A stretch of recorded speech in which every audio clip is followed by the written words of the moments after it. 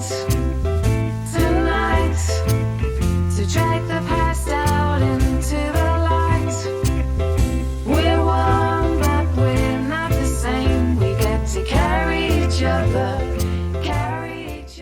Hello, welcome Jan to our Chit-Chat Cafe. Great to talk to you.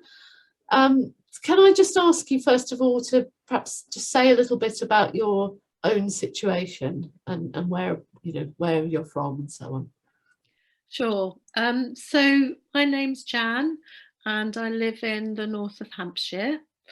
I'm a mum I have five kids. My youngest daughter, who is 29, has enduring and complex mental health issues, which I've learnt so much from over the past 8 years. It's quite a journey. Yeah. Okay. How would you describe the biggest kind of challenge that you've experienced over the past 8 years? Well, there's so many, really. I mean, there's an element of shock and fear, and what on earth is happening to your child. There's a feeling of real grief and sadness, and then at other times little spaces where life becomes so enlightening, when she has taught me so much. But some of the biggest challenges have been that feeling of sort of isolation. Does anybody else really get what this feels like? And does anybody else have any information that could help me do things slightly differently? Or, who else is going through this? Right. 'Cause services, they don't always feel very flexible, and staff within services are very, very busy and don't always have the time to give to you when you have a million questions you want to ask. That has been incredibly difficult, and dealing with really high risk has been really hard. Okay. And how have you found, in your role as mum, carer, support worker, whatever, I mean, have you found that you've been involved by mental health services and so on? How's that experience been? Yeah, that's felt very different at different times along the way. In the very beginning, we had an early intervention service that supported us, early intervention for psychosis team, who worked very differently from the other teams we've since been involved with. The EIP team worked very much with families, in our experience anyway. So I was actively encouraged to phone in if I had questions, if I was worried, if I thought things were changing. So I felt like a collaborative partner, which, throughout all of that fear and grief and confusion, at least helped us all, I think, feel safer. They do take note of family systems, because, like people say all the time, we don't live in isolation. Usually we live in family systems. So that felt helpful and recognised. In other teams, both inpatient and community teams, I've not felt that. I've felt a lot of barriers at times, and I've almost felt a nuisance at times for wanting to phone in, and because people don't have time. Okay, that must feel really difficult. It's horrible. Now, there are really wonderful individuals out there, and I have found some people who I can reach out to within different service teams.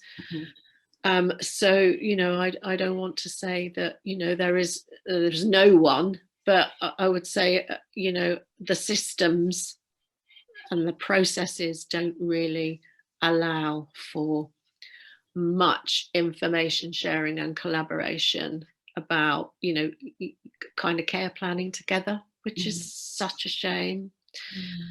I know there's a lot of work going on to change that, and I know the triangle of care is something that's really being promoted within our health authority.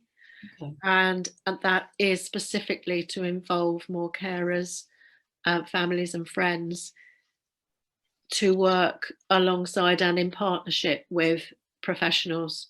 So that feels good. There's a lot to change, but there is a will to change it. That's brilliant. Thank you. What would you say has been the most helpful for you on this journey you've been on? One of the most helpful things has been the carers support network that's been really strengthened up since the COVID pandemic started, because the Zoom groups that have been weekly carers groups have enabled us to meet each other from all across the county. We have supported each other in times of, you know, wellness and illness and all things in between. You know, we share information. So if anybody's got a helpful link or knows about something that's going on in their community, we try and share it.